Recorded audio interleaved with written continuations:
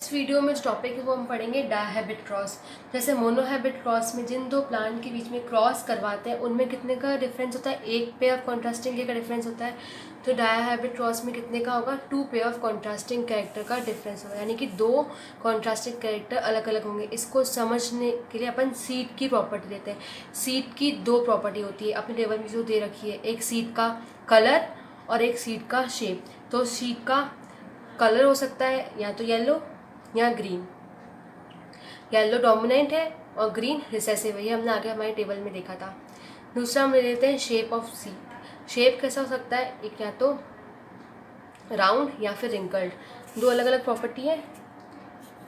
एक हम ले लेते हैं या तो शेप ऑफ सीड, जिसमें हम दो शेप में हो सकता है, या तो राउंड या दूसरा हो सकता है रिंकल्ड। दूसरा कैरेक्टर ले लेते हैं हम कलर ऑफ सीड। कलर दो हो सकते हैं, या तो येलो हो सकता है या ग्रीन। अब आपको पता है जो डोमिनेंट होता है उसको अपन लिखते हैं, राउंड इसमें डोमिनेंट है तो उसको अपन लिखते हैं इसके कैपिटल से, तो इसको कैपिटल आर से लिखेंगे। रिंकल्ड रिसेसिव है तो रिसेसिव को लिखते हैं अपन स्मॉल से, तो उसको अपन लिखते हैं स्मॉल आर से। कलर ऑफ सीड में येलो क्या है, डोमिनेंट है, डोमिनेंट को हम लिखते हैं कैपिटल से, एंड उसको अपन लिखते हैं रिसेसिव को स्मॉल से। तो हमने ये दो कैरेक्टर लिए, एक तो शेप ले लिया और एक कलर। अब हम क्या कराएंगे, इसमें क्रॉस करवाएंगे। अब हमने डिसाइड कैसे किया था डोमिनेंट कौन सा है, रिसेसिव कौन सा है, ये हमने F1 जनरेशन का क्रॉस करवा के उसमें डिसाइड किया था। जो फर्स्ट जनरेशन में आएगा वो हो जाएगा डोमिनेंट, और जो फर्स्ट जनरेशन में अपने आप को एक्सप्रेस नहीं कर पाएगा वो होगा रिसेसिव।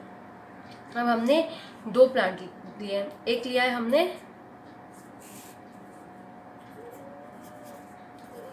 येलो राउंड और एक हमने लिया है ग्रीन रिंकल्ड। अब येलो को हमने प्योर लिया, होमोजाइगस लिया है, तो दोनों कैपिटल वाई कैपिटल, राउंड को हमने लिखेंगे कैपिटल आर कैपिटल आर। अब क्या करें, ग्रीन को लिखेंगे अपन स्मॉल वाई, रिंकल्ड को लिखेंगे अपन।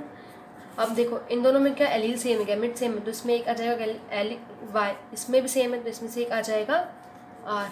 इन दोनों में भी क्या सेम है तो एक आ जाएगा वार। अब इन दोनों का क्या करवाएंगे अपन, पॉलिनेशन करवाएंगे। कौन सा पॉलिनेशन होगा इनके बीच में, क्रॉस पॉलिनेशन होगा।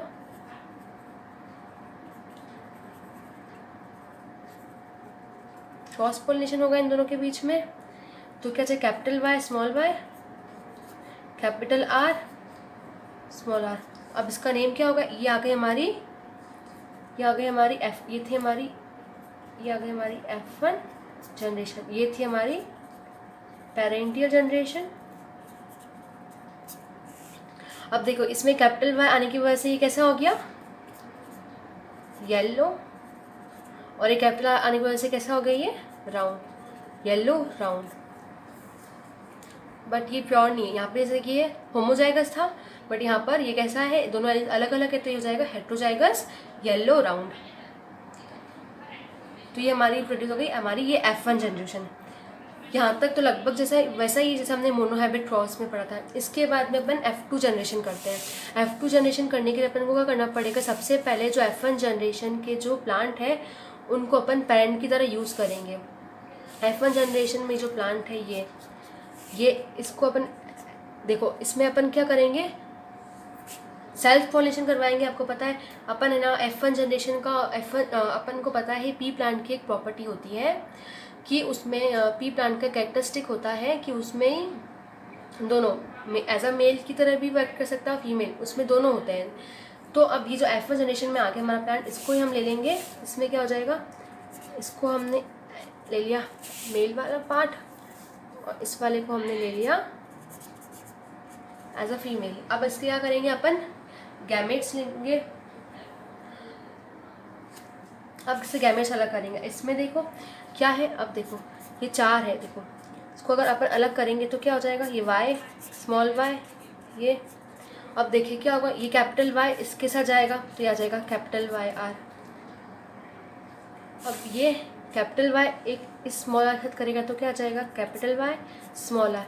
वैसे ही स्मॉल वाई इससे से जाएगा तो बन जाएगा वाई आर। वैसे ही ये स्मॉल आर तो बन जाएगा ये स्मॉल वाई स्मॉल आर।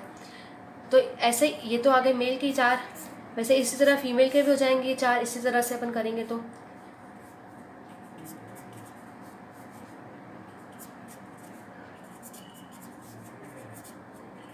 अब ये 4 आ गए और ये इतने सारे अपन को बनाने के लिए ऐसे बहुत कन्फ्यूजन क्रिएट होगा कि अपन इसका इसके साथ करवाएं, इसका इसके साथ भी करवाएं क्रॉस।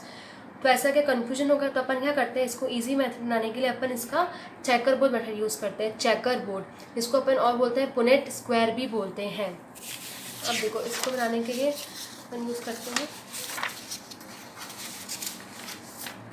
Punnett square. अपन ने देखो ये लिया, एक तरफ अपन लिख देंगे मेल गैमेट्स और एक तरफ लिख देंगे फीमेल। तो इस तरफ लिख देते हैं अपन मेल गैमेट्स, ये वाई आर, और देखो ये था capital Y small R, small Y capital R, small Y small R. एक तरफ तो ये था, दूसरी तरफ था ये फीमेल गैमेट्स यहाँ लिख दिए capital Y R, capital Y small R, small Y capital R, small Y small are.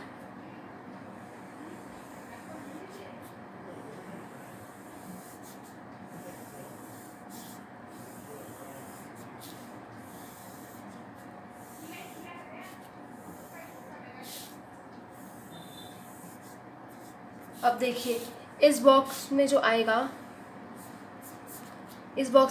यानी कि इसके ऊपर इसके साइड में, उसको दोनों को मिला के लिखेंगे। अब देखिए इसके ऊपर कैसा है, ये कैपिटल वाई दोनों कैपिटल वाई, ये आर कैपिटल आर, ठीक है। अब यहाँ लिखने के लिए इस वाली लाइन में तो इन दोनों को मिलाएंगे, दोनों capital Y capital R small R. ये इस वाली लाइन में लिखने के लिए इसके ऊपर वाला और ये वाला, तो capital Y small Y capital R. यहाँ लिखने के लिए ये capital Y small Y capital R small R. अब यहाँ इस वाले ब्लॉक में लिखने के लिए यहाँ पे जो आएगा वो आएगा, ये क्या है capital Y capital R small R, capital Y small R capital Y capital R small R. ये वाला लिखने के लिए इस वाले लाइन में है कैपिटल वाई, ये है स्मॉल वाई, ये दोनों स्मॉल आर। अब ये capital Y small Y R और R capital Y small Y capital R small R. यहाँ लिखने के लिए इस लाइन में दोनों स्मॉल वाई और दोनों कैपिटल आर। इसमें लिखने के लिए वाला दोनों स्मॉल वाई एक कैपिटल आर और एक स्मॉल आर।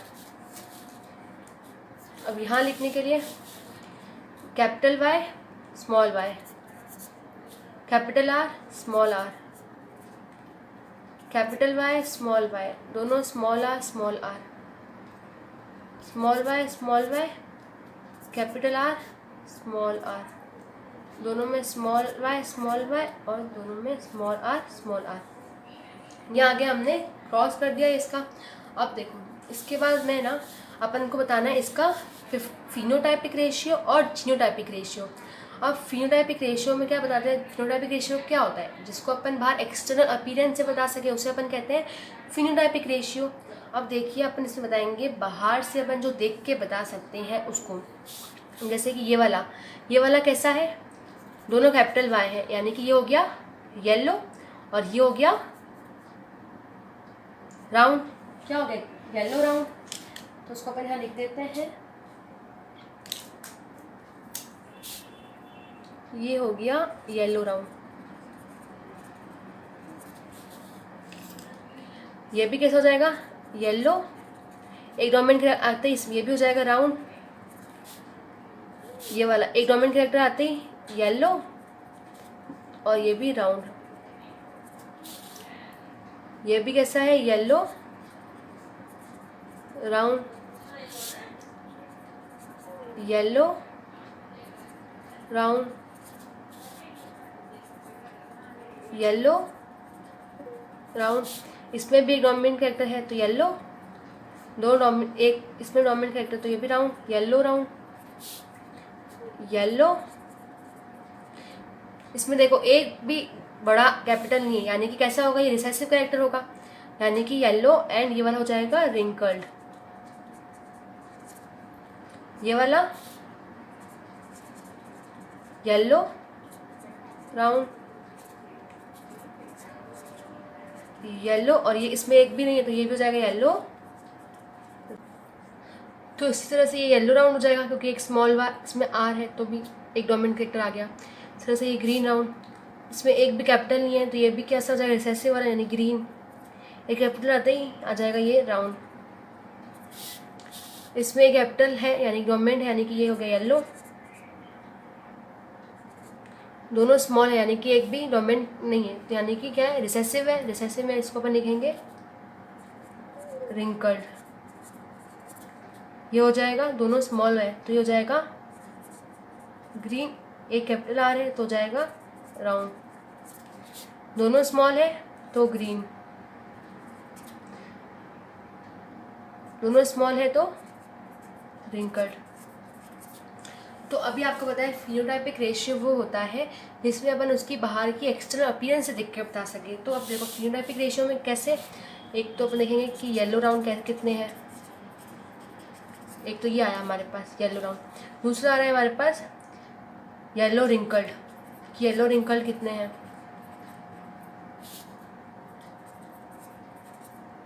और आ रहा है कि ग्रीन राउंड कितने हैं, ग्रीन राउंड कितने हैं, या फिर आ रहा है कि ग्रीन रिंकल्ड कितने हैं। ऐसे हमको देखना है कि ऐसे हमारे पास कितने हैं। तो देखिए येलो राउंड ऐसे कितने आ रहे हैं, एक येलो राउंड, एक ये है, ये 2 3 4 5 6 7, ये 8, ये 9, येलो राउंड टोटल कितने हैं, 9 है, तो ये हमने लिख दिया येलो राउंड 9। अब देखना है हमको कि येलो रिंकल्ड कितने हैं। तो येलो रिंकल्ड 1, ये 2 और ये 3, तो येलो रिंकल्ड ये 3, ठीक है ना। येलो रिंकल्ड कितने हैं, 3 है। अब है कि ग्रीन राउंड कितने हैं, तो ग्रीन राउंड कितना है, ये 1, ये 2 और ये 3, ग्रीन राउंड में कितने हैं, 3 है।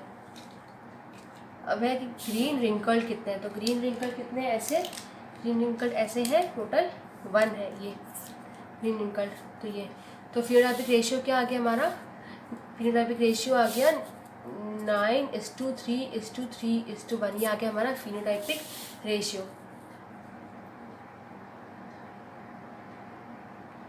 अब है जीनोटाइपिक रेशियो। तो जीनोटाइपिक रेशियो का मतलब क्या होता है, यानी कि जेनेटिक कॉन्स्टिट्यूशन। जेनेटिक कॉन्स्टिट्यूशन पता होने के लिए हमको एग्जैक्ट पता होना चाहिए किस टाइप के, तो एग्जैक्ट पता होने के लिए अपन को ये पूरा कि कैपिटल वाई कितने, कैपिटल आर कितने, ऐसा सारा पता होना चाहिए।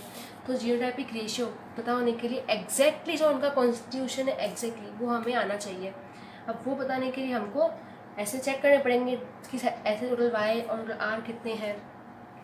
जैसे कि देखो ये वाई और ये वाई, ऐसा कैपिटल वाई, कैपिटल आर, ठीक है ना। ये एक टाइप का है इस टाइप का, तो ये ऐसा एक है, दूसरा हो जाएगा।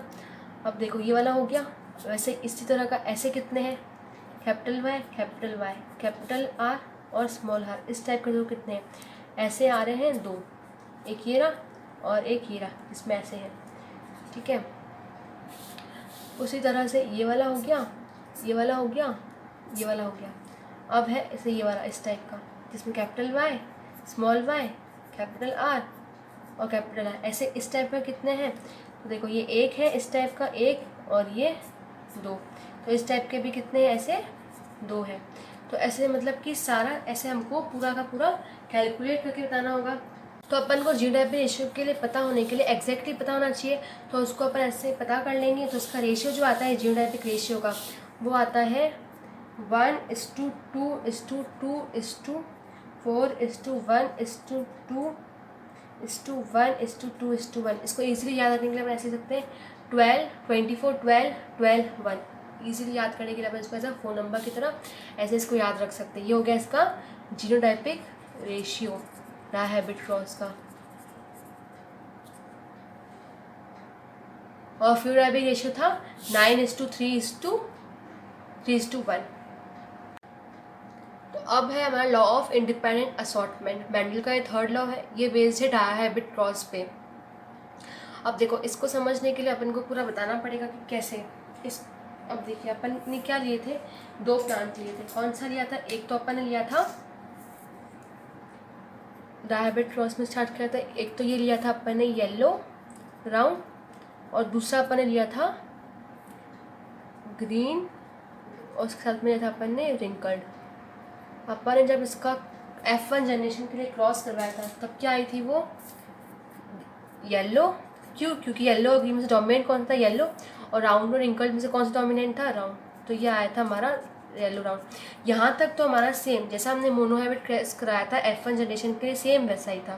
बट इसके आगे जब हमने इसका आगे सेल्फ पॉलिनेशन करवाया था तब आगे हमको इसके 4 फिनोटाइप मिले थे। पहला था येलो एंड राउंड, एक फिनोटाइप था ग्रीन रिंकल्ड, एक फिनोटाइप हमको मिला था येलो रिंकल्ड, और एक फिनोटाइप हमको मिला था ग्रीन एंड ब्राउन। इसमें से ये दोनों कैरेक्टर्स हैं, वो तो है पेरेंटल कैरेक्टर। देखो, पेरेंटल कैरेक्टर, जहाँ से अब पेरेंटल कैरेक्टर बोले तो जहाँ से हमने स्टार्ट करे थे वही वापस, तो इन दोनों के बीच में क्रॉस करवाया था तो हमको ये मिला। लेकिन 2 नए कैरेक्टर भी अपन को, नए फिनोटाइप भी अपन को मिले हैं, येलो रिंकल्ड और ग्रीन और राउंड। ये 2 चीज़ें अपन को और नहीं मिली है। यानी कि जो येलो का है वो किसके साथ में हुआ, रिंकल्ड के साथ में, और ये जो ग्रीन वाला इनहेरिटेंस किसके साथ में हुआ, राउंड के साथ में। इसका क्या मतलब है कि इस कैरेक्टर की इनहेरिटेंस का इफेक्ट, इस बार इनहेरिटेंस का इफेक्ट इस पर नहीं पड़ता। इसको अपन क्या बोलते हैं, लॉ ऑफ इंडिपेंडेंट असॉर्टमेंट। अगर पड़ता तो सिर्फ नेक्स्ट जनरेशन में सिर्फ 2 ही टाइप के अपन को फिनोटाइपिक मिलते हैं, येलो राउंड और ग्रीन और रिंकल्ड। ये 2 नए टाइप के फिनोटाइप्स नहीं मिलते हैं क्योंकि ये दोनों एक दूसरे से फ्री है। तो ये येलो इसके साथ भी फ्यूज़ हो सकता है और इसके साथ भी फ्यूज़ हो सकता है। तो जो लॉ ऑफ इंडिपेंडेंट असॉर्टमेंट है वो किस पे बेस्ड है, डायहाइब्रिड क्रॉस पे बेस्ड है। और during cross between 2 pair of contrasting character है, 1 कैरेक्टर की जो इनहेरिटेंस है वो दूसरी कैरेक्टर की जो इनहेरिटेंस है उस पर इफेक्ट नहीं करती है।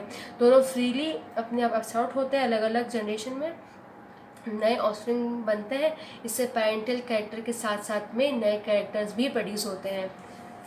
ये पेरेंटल कैरेक्टर और ये न्यू कैरेक्टर, इसको अपन कहते हैं लॉ ऑफ इंडिपेंडेंट असॉर्टमेंट। इस तरह से अपन ने तीनों लॉ कर लिए। 2 लॉ थे मोनोहाइब्रिड क्रॉस पे बेस, और जो लास्ट लॉ है, लास्ट जो है वो है डायहाइब्रिड क्रॉस पे बेस। पहले लॉ कौन से थे, एक तो था लॉ ऑफ डोमिनेंस और दूसरा था लॉ ऑफ सेग्रीगेशन या law of purity of gametes. ये जो 2 लॉ थे वो बेस्ड थे मोनोहाइब्रिड क्रॉस पे, और ये जो लास्ट लॉ है मेंडल का third law of independent assortment, ये बेस्ड है डायहाइब्रिड क्रॉस पे। तो ये तीनों लॉ अपन ने अच्छे से पढ़ लिए। अब अपन पढ़ेंगे इसका नेक्स्ट टॉपिक में, लास्ट टॉपिक है वो बैक क्रॉस और रेसिप्रोकल क्रॉस क्या होता है, फिर चैप्टर ख़त्म हो जाएगा हमारा।